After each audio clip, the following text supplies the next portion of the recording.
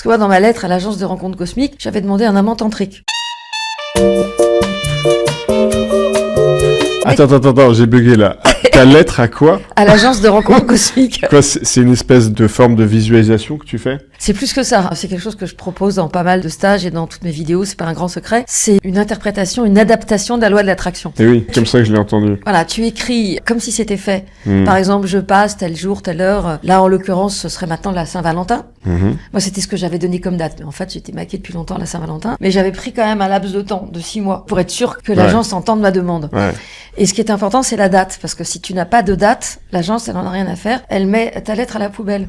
Faut être spécifique. Faut être spécifique. Imagine une espèce de bureau un peu dans un monde virtuel dans lequel tu as un dirigeant qui supervise 10 laboratoires dans lesquels il y a les rouquins, les petits, les chauves, les impuissants, les micro-pénis, les caractériels, les violents, les bovins, les soumis, ceux qui ont des fantasmes compliqués, les mecs normaux mais ennuyeux, et puis les beaux mecs un peu compliqués mais gérables, et puis le mec parfait. Je caricature, parce que c'est jamais parfait. Bien sûr. Et donc t'envoies ta lettre et t'as pas de date.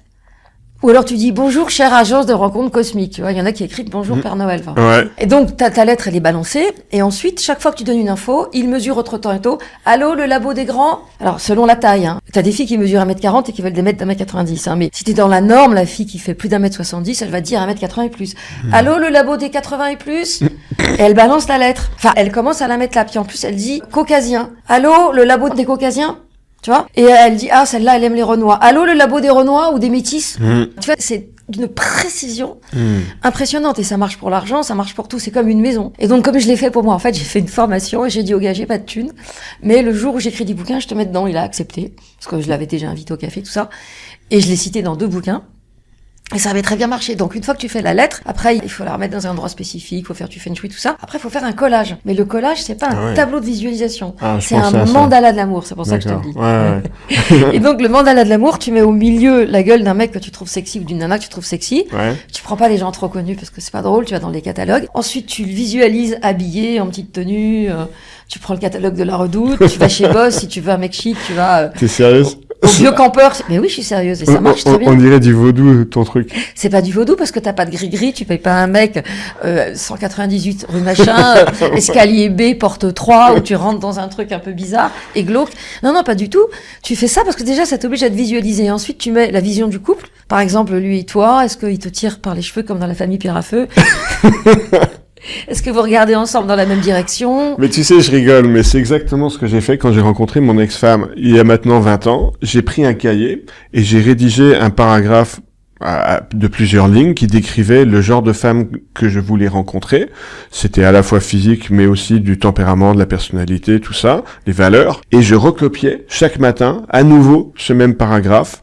Et j'ai dû faire ça, pendant 1 mois. Donc je l'ai quand même recopié genre 30 fois. Le but étant de conditionner mon esprit à remarquer des opportunités qui allaient me mener dans ce sens-là. Ça s'appelle le système d'activation réticulaire. C'est un peu comme quand on va avoir un bébé, tout d'un coup, on se met à remarquer des poussettes partout, alors qu'on les voyait pas avant. Et je sais pas si c'est ça qui a fait que ça a fonctionné, mais en tout cas, la femme que j'ai fini par rencontrer et épouser, elle ressemblait vachement au texte que j'avais écrit. Mais avec le recul, compte tenu du fait que vous avez divorcé, puisque tu dis mon ex-femme, donc c'est pas un secret, qu'est-ce que tu aurais rajouté comme commentaire pour éviter le divorce? Ah, alors ça, c'est vrai. Après chaque rencontre, on met à jour le cahier des charges qu'on aurait envoyé à l'univers. Elle m'a convenu parfaitement à cette époque-là de ma vie. C'est-à-dire que si elle avait été plus challengeante pour moi, j'aurais pas été prêt. Parce que par rapport à mon rapport aux femmes, j'étais pas encore prêt. Il me fallait une femme qui était suffisamment suiveuse pour que je me sente en sécurité, que je me sente homme. Donc, elle était parfaite à ce moment-là. Et on n'a pas su se réinventer au fil des années. Je lui jette pas la pierre. C'est simplement, on avait des systèmes de communication différents. Et donc, on arrivait mal à parler ensemble. Et je dirais que si je savais à l'époque, ce que j'ai appris ensuite par rapport à mon activité de coaching conjugal, ça aurait pu continuer à fonctionner parce qu'on aurait pu communiquer d'une meilleure façon en tenant compte des caractéristiques de personnalité de chacun. Donc c'est difficile de dire. J'ai pas envie de voir un couple comme juste quelque chose qui est valable 10 ans et après vas-y on passe à quelqu'un d'autre. J'aime bien l'idée de pouvoir évoluer, de se réinventer régulièrement à des carrefours de vie. Donc c'est pas évident de répondre à ta question. Ça prouve que c'était une question intéressante.